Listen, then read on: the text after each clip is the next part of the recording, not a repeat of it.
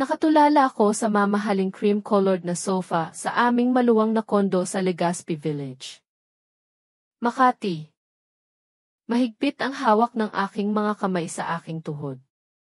Sa lamesa, nakahimlay ang manipis na tumpok ng puting papel. Mukha itong walang pinsala. Ngunit ang itim na tinta na nakalimbag dito ay nagtataglay ng bigat ng 1,000 tonelada. Na bumibigat sa hangin hanggang sa halos hindi na kami makahinga. Katapat ko si Dante. Ang lalaking pinagsaluhan ko ng 5 taon ng aking buhay. Medyo payat siya. May dark circle sa ilalim ng kanyang mga mata. Ang mukha niyang dating laging maayos at makinis. Ngayon ay mukhang lupaypay at namumutla isang perpektong pagganap para sa papel na sinusubukan niyang laruin. Bella. Simula ni Dante. Pilit na pinipigil ang isang tuyong ubo.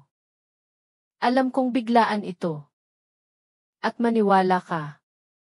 Ayoko itong matapos sa ganito. Pero sabi ng doktor, wala na akong masyadong oras. Itinulak niya ang tumpok ng papel sa akin.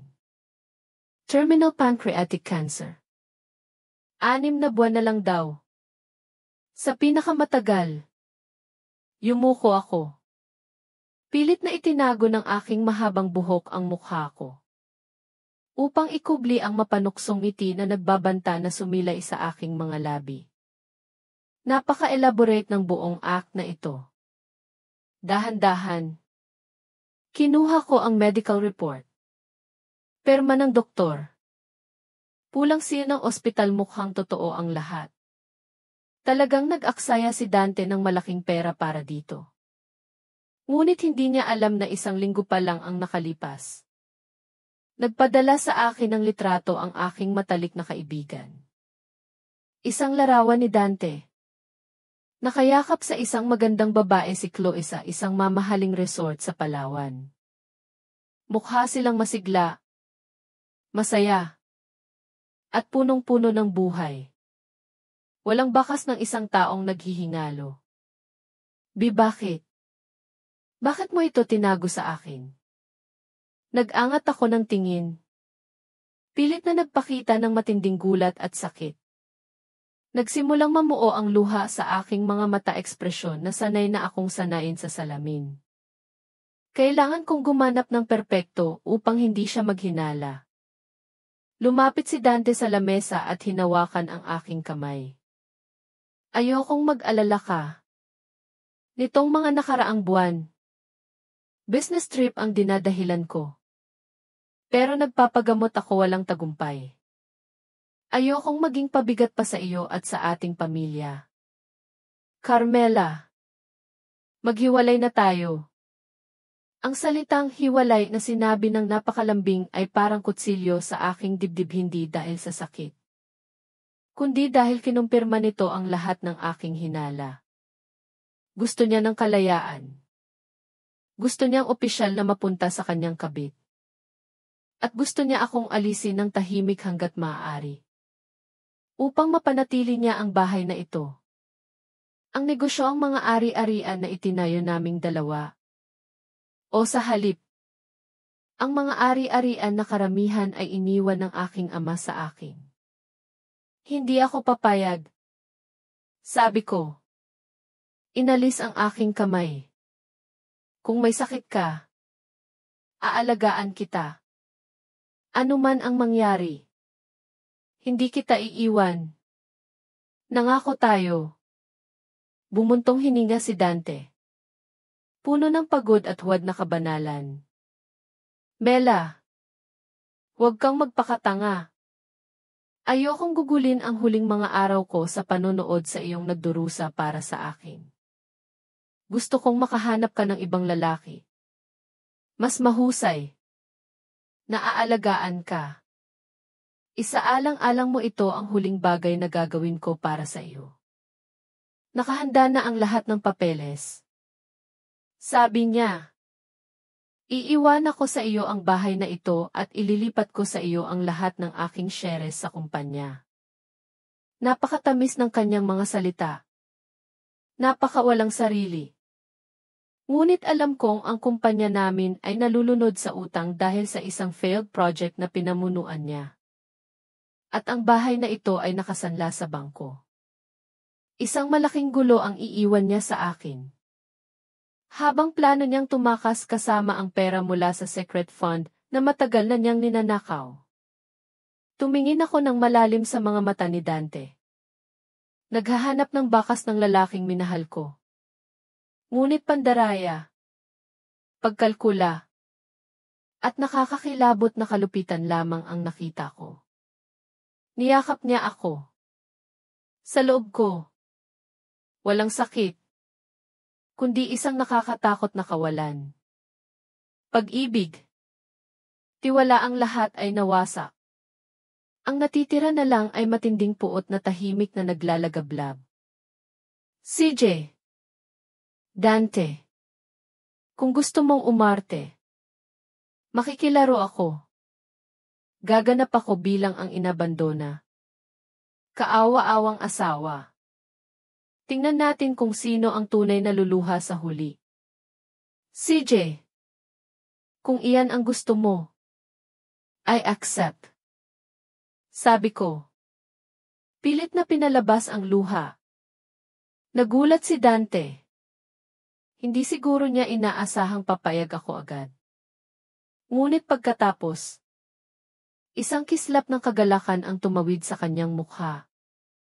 Mabilis niya itong tinakpan ng nagdurusang ekspresyon. Salamat. Mela. Salamat sa pag-unawa. Anya. Puno ng peking pasasalamat. Alam kong nagdiriwang siya sa loob. Sa pag-aakalang madali niya akong natanggal. Tapos na ang pagganap mo. Dante. Ngayon, oras na para sa aking palabas. Ang araw na nagpunta kami sa korte para sa diborsyo, ay biglang bumuhos ang malakas na ulan sa Makati. Mabilis na pumunta si Dante. Pagkatapos ng pirmahan, walang paalam siyang humarurot palayo. Na parang tumatakas sa aming 5 taon na nakaraang buhay. Umuwi ako. Nagtimpla ng tsaa. Habang ako'y nakaupo sa sofa. Tumunog ang telepono ko. Isang hindi kilalang numero. Magandang umaga. Ma'am Carmela de la Serna Gatmaytan. Ex-asawa ni Emily. Dante Gatmaytan. Isang malalim. Magalang na boses ng lalaki ang sumagot. Kumaba ang dibdib ko nang marinig ang salitang ex-asawa. Ako nga. Sino po ito? Magandang umaga.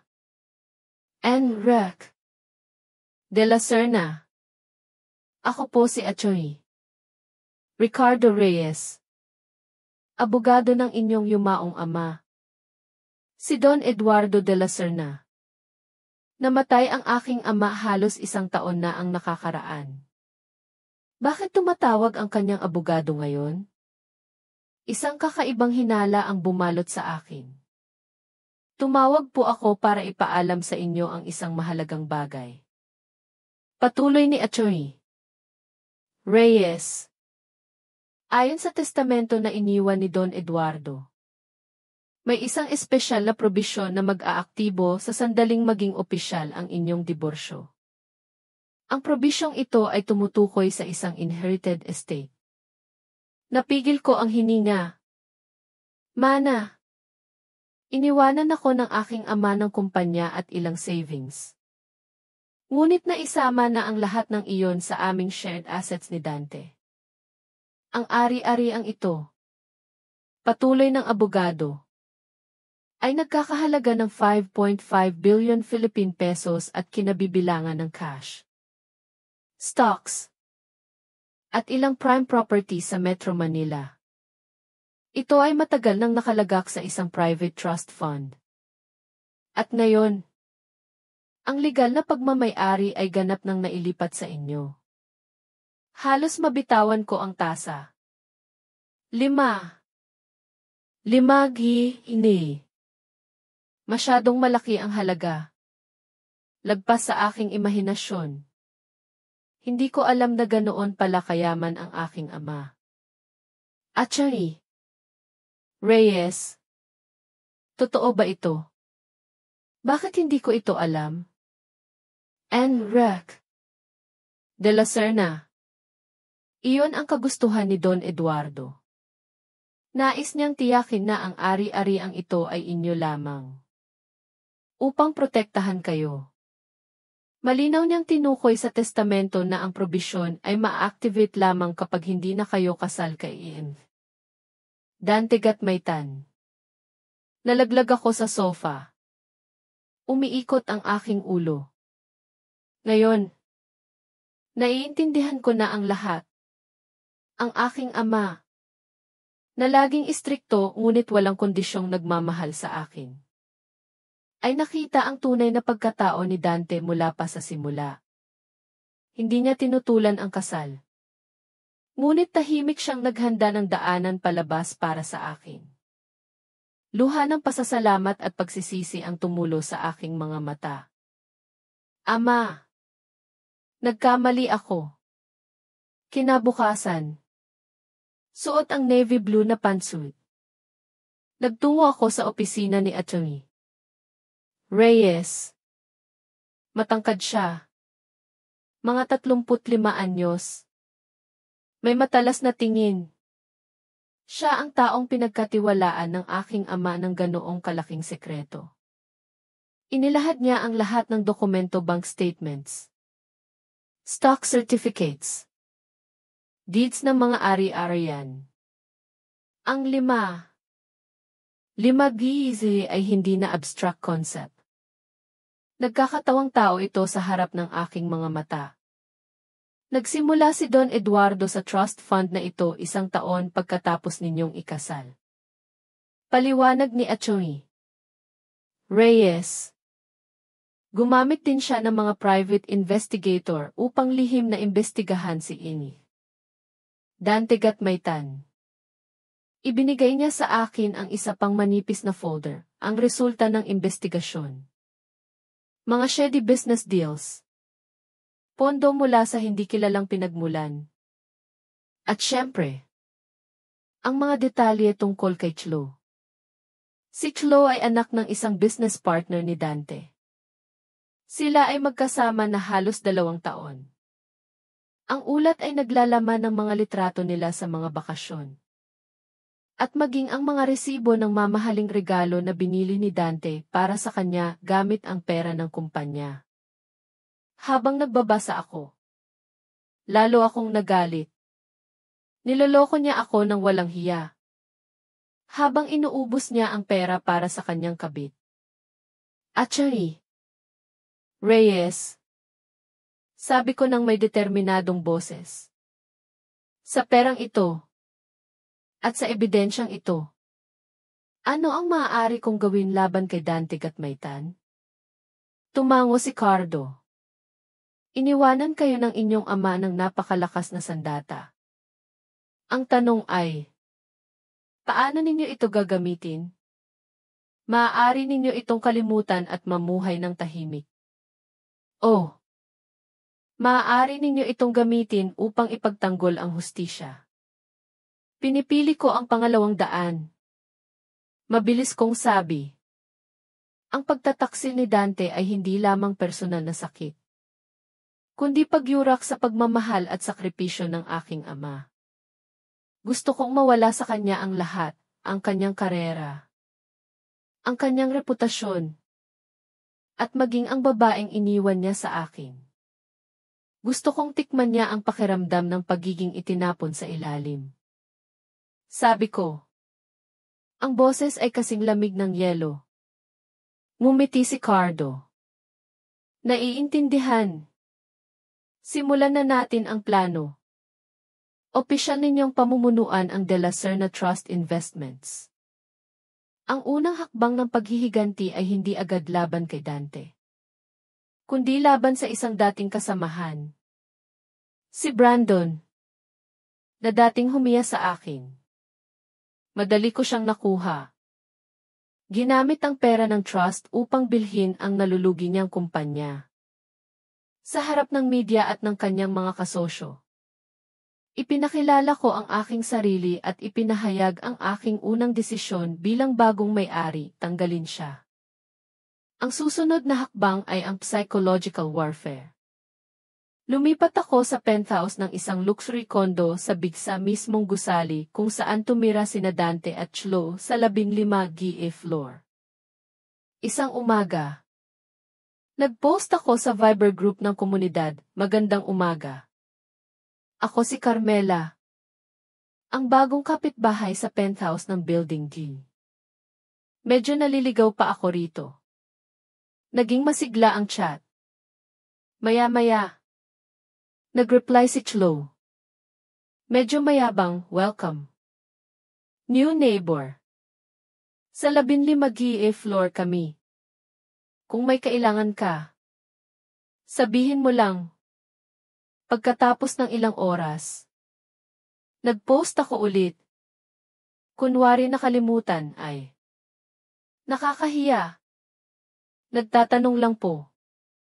May nakakakilala ba kay Emily? Gatmaytan sa 1,508? Noong isang araw. Pagkatapos ng aming divorce, humingi siya sa akin ng barya pambayad sa parking meter. Na-text ko na siya pero hindi nag-reply.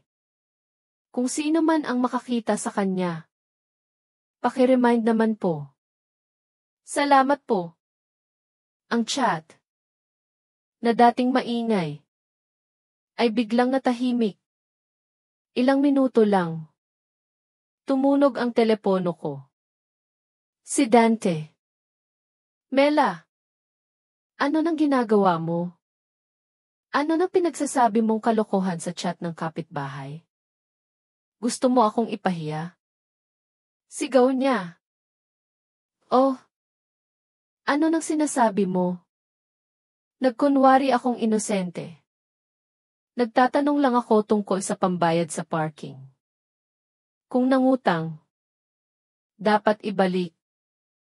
Wala namang dapat ikahiya. Hindi ba? O nakalimutan mo na? Baka dahil sa sakit mo. Sinadya kong idiin ang salitang sakit. Natigilan si Dante. Hindi niya maaaring aminin na hindi siya may sakit. O tanggihan na humingi siya ng pera. Dahil lalo siyang magmumukhang kaawa-awa. Hayop ka. Huwag mo akong kantiin. Sigaw niya. Hinding-hindi ako maglalakas loob.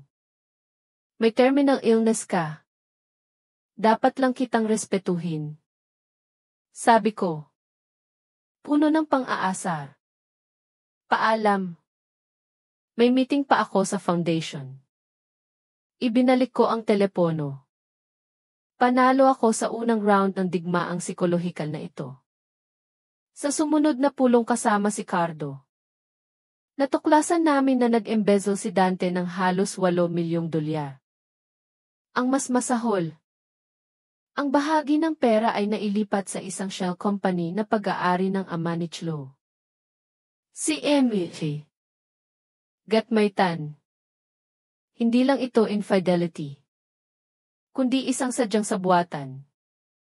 Ang susunod naming target ay ang malaking proyekto ng gobyerno para sa affordable housing na inaasam-asam ng Gatmaytan Construction Group. Ginamit ko ang trust upang bilhin ang isang reputable, ngunit naghihingalong construction firm. Ang Eastside Builders. Kinailangan ko ng panloob na impormasyon. Tinawagan ko si Ayla, ang aking dating assistant na tapat sa akin. Sa pamamagitan niya, natuklasan ko ang pinsan niyang si Joel, na may malaking utang dahil sa sugal at nagtatrabaho sa Gatmaytan Group. Binigyan ko si Ayla ng 50,000 dolyar para ibayad sa utang ni Joel. Bilang kapalit, kailangan ko lang ang detalyadong bid file ng Gatmaytan Group para sa proyekto. Hindi nagtagal. Nakuha ko ang lahat, ang presyo, ang plano, at ang pinakamahalaga, Ang kanilang weak point ang planong gumamit ng substandard na materyales mula sa hindi kilalang suppliers. Hindi lang ako makikipagkompetensya. Ilalabas ko ang kanilang kasakiman. Sa gabi ng taunang gala ng Association of Builders, nagpakita ko suot ang isang eleganteng emerald green gown.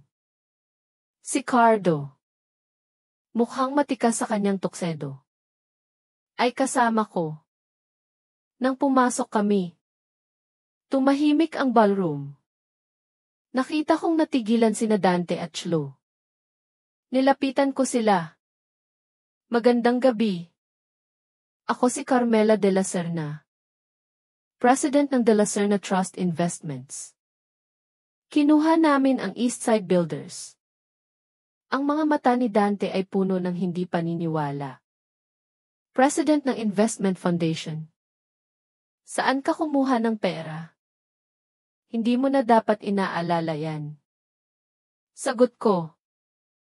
Ang dapat mong alalahanin ay ang Gatmaytan Group. Sabi ko nga, interesado rin ang Eastside Builders sa public housing project. Sumingit si Chloe. Nanlilisik ang mata. Wala kang alam sa construction. Isa ka lang babae na gumagamit ng pera ng lalaki para magpasikat. Anak. Ngumiti ako. Nang itinatayo ko ang isang kumpanya, kasama ang aking ex-husband. Baka naglalaro ka pa lang ng manika. Mas magandang huwag kang makialam sa usapang matatanda. Sa isang eleganteng lugar na tulad nito, dapat mong ingatan ang iyong asal. Baka isipin ng mga tao na hindi ka tinuruan ng good manners sa inyo. Parang sampal ang mga salita ko. Galit na galit si Chloe. Hinawakan niya ang kanyang kamay upang sasampalin ako. Ngunit pinigilan siya ni Dante. Tigilan mo na. Chloe. Bulong niya. Namumutla sa kahihiyan. Umalis si Chloe. Naiinis. Nanatili ako. Kalmado. Ininom ang aking alak. Opisyal kong idineklara ang digmaan. At nakuha ko ang respeto ng mga tao. Pagkatapos ng gala, natunaw ang reputasyon ng Gatmaytan Group. Ngunit hindi pa ako tapos. Narinig ko ang pahiwatig ni Dante tungkol sa nakaraang kaso ng aking ama 10 taon na ang nakakaraan.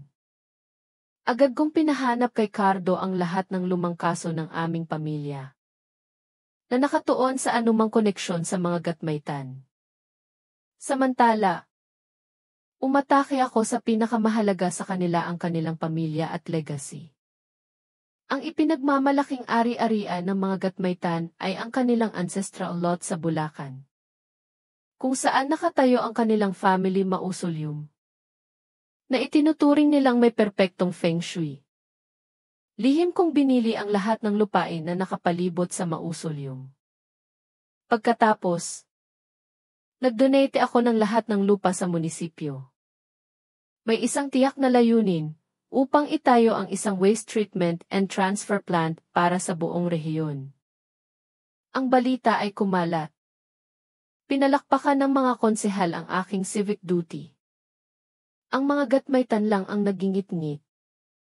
Ang kanilang sagradong lugar ng pagsamba ay mapapalibutan ng bundok ng basura. Ang amoy. Ang mga langaw. Ang sirang feng shui, isang hindi matitiis na kahihiyan. Dumiretso ang nanay ni Dante. Si Enric. Adela Gatmaytan. Sa aking kondo. Sumisigaw. Pinayagan ko siyang umakyat. Hayop ka. Paano ka naglakas loob na gumawa ng ganoong kababaan? Sigaw niya. Itinaboy ang tasang alok ko, na nabasag sa sahig. Itigil mo ang proyektong iyan. Bibigyan kita ng anumang pera. Ma'am. Naglilingkod lang ako sa komunidad. Ngiti ko. O ayaw ng pamilya Gatmaytan na makita ang isang malinis na syudad? Ginagawa mo ito para maghiganti kay Dante. Nanginginig si Elre. Adela. Ikaw ay isang baluktot. Masamang babae. Hindi mo kami matatalo. 10 taon na ang nakakaraan. Hinarap kami ng ama mo, tingnan mo kung ano ang nangyari sa kanya. Huwag mong ulitin ang pagkakamali niya. Lumiwanag ang aking mga mata. Iyon ang gusto kong marinig. Ah! Ganoon pala? Kaya pala kayong mga gatmaytan ang sumira sa aking ama 10 taon na ang nakakaraan. Natigilan si Ilret. Adela sa pagkadulas ng kanyang dila. Itinaas ko ang aking telepono na nakarecord. Salamat sa impormasyon. Ang iyong pagbabanta at pag-amin ay naitala. Tingin ko, magiging interesado ang pulisya sa tape na ito. Umalis si Imrek. Adela. Tulala. Ganap na natalo. Ang audio recording ay hindi sinasadya. Siyempre ang reputasyon ng Gatmaytan Group ay tuluyan ng nadurog. Sa isang pulong kasama si Dante. Sinubukan niyang magkunwaring biktima muli. Lumuhod. At nag-aalok na makipagbalikan sa akin. Pero hindi ako natinag. Biglang pumasok si Cardo. Ayon sa plano. Nang makita siya ni Dante, bigla siyang namutla. Ikaw ang abogadong lowlife na nagrepresenta sa pamilya ni Namela sa lawsuit 10 taon na ang nakakaraan. Sigaw ni Dante. Napatigil ako. Si Cardo. Abogado ng aking ama sa kasong iyon? Bakit niya ito tinago? Ano na pinagsasabi mong kalokohan? Sigaw ni Cardo. Ngunit huli na. Ang mga salita ni Dante ay parang martilyo sa aking ulo. Humingi ako ng paliwanag kay Cardo. Ipinaliwanag niya na humingi sa kanya ng pangako ang aking ama na huwag nang ibanggit ang nakaraan. Alam kong may tinatago pa si Cardo. Hindi na ako lubos na nagtiwala. Nagmaneho ako sa dating bahay namin. Ngayon ay isa ng demolition site. Sa lumang opisina ng aking ama, natagpuan ko ang isang lumang metal na kahon.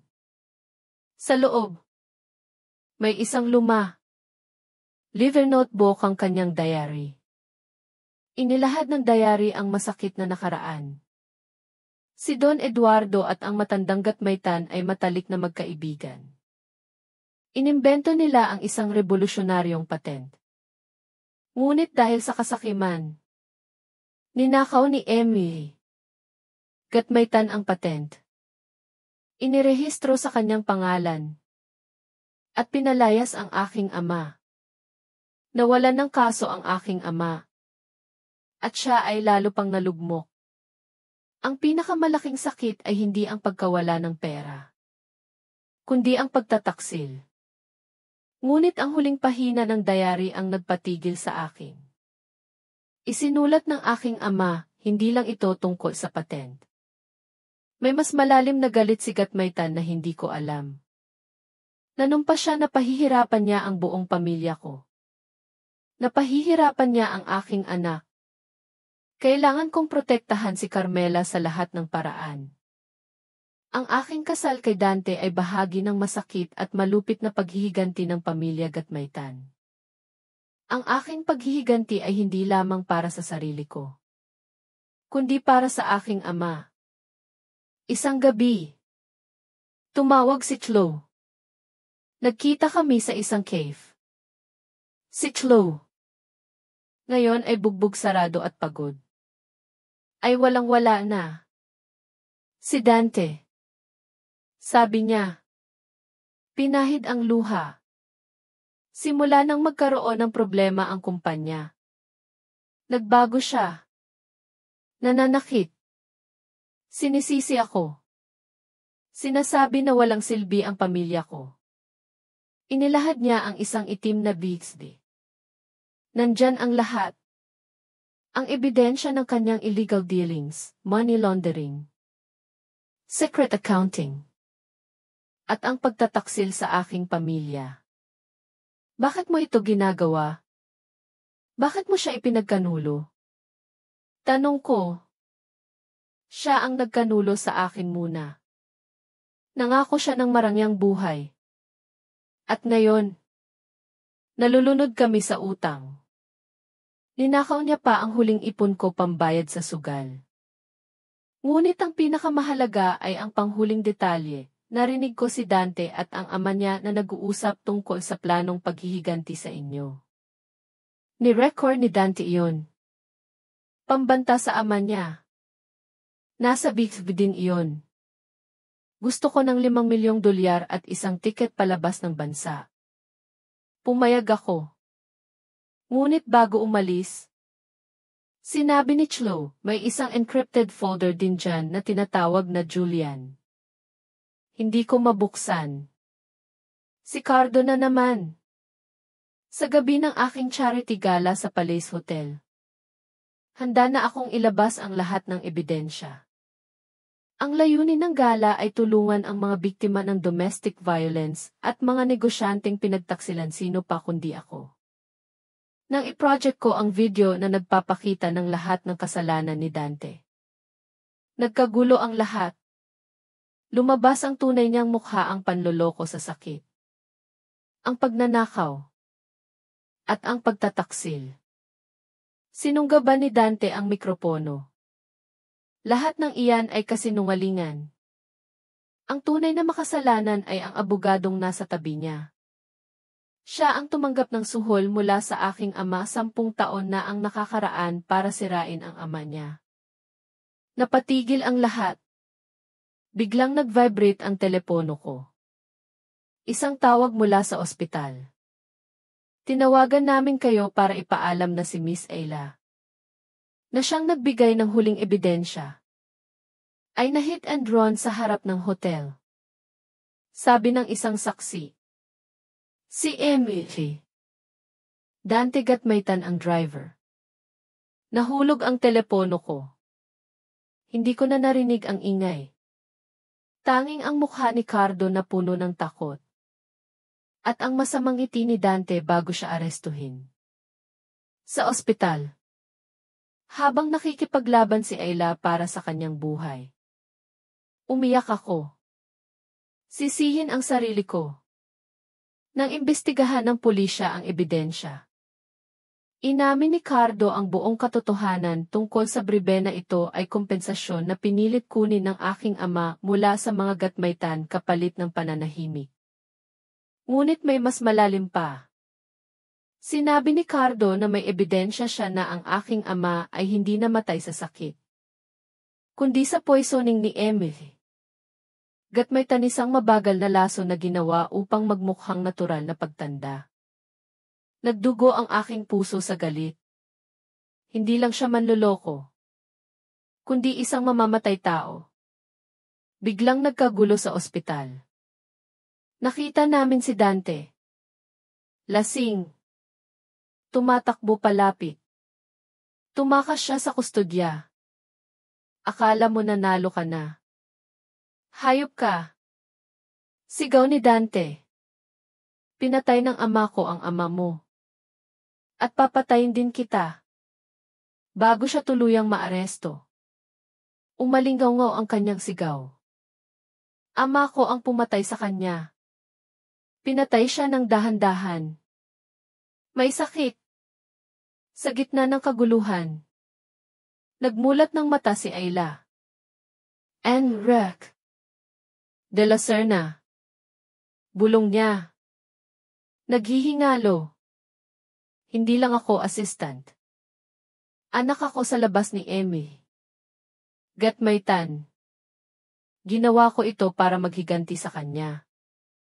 Dahil iniwan niya ang ina ko. May nahanap akong confession letter niya bago siya nagpakamatay. Nasa safe sa lumang Gatmaytan estate. Kunin ninyo iyon. Ang huling piraso ng puzzle ay naibigay. Nakulong si Dante.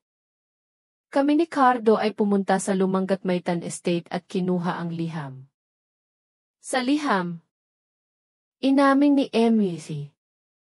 Gatmaytan ang lahat, ang inggit, ang pagnanakaw ng patent, at ang pagkalason sa aking ama. Ngunit nang umuwi ako, muli kong tiningnan ang diary ng aking ama. Sa huling pahina, may isa pang maliit na papel. Carmela, mahal ko. Alam ko na ang lahat ng katotohanan tungkol kay Gatmaytan. Nakakita ako ng kopya ng liham ng pagsisisi na tinatago niya. Winasak siya ng puot. At muntik na ring winasak ako.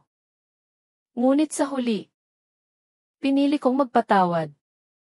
Dahil ayokong mabuhay ang aking anak na nakakulong sa siklo ng pagkapuot na ito. Mamuhay ka ng may kapayapaan. Anak ko, iyan ang pinakamalaking mana na iniiwan ko sa iyo. Naiyak ako. Alam ng aking ama ang lahat at pinili niya ang pagpapatawad. Naiintindihan ko na ang tunay na paghihiganti ay hindi ang sirain ang kaaway, kundi ang palayain ang sarili mula sa kadena ng puot. 1 taon ang lumipas. Lumago ang De La Serna Trust Investments. Nakatulong ako sa maraming kababaihan na nasa mahihirap na sitwasyon. Si Ayla ay gumaling ng himala.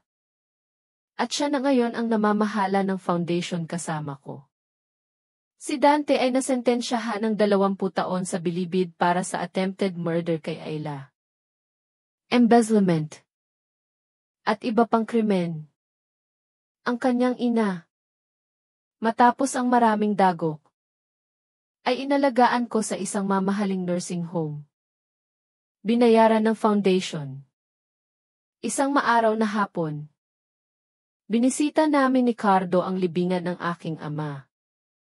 Nag-iwan ako ng puting bakwet. Ama, sinunod ko ang payo mo. Bulong ko. At natagpuan ko ang aking kapayapaan. Hinawakan ni Cardo ang aking kamay.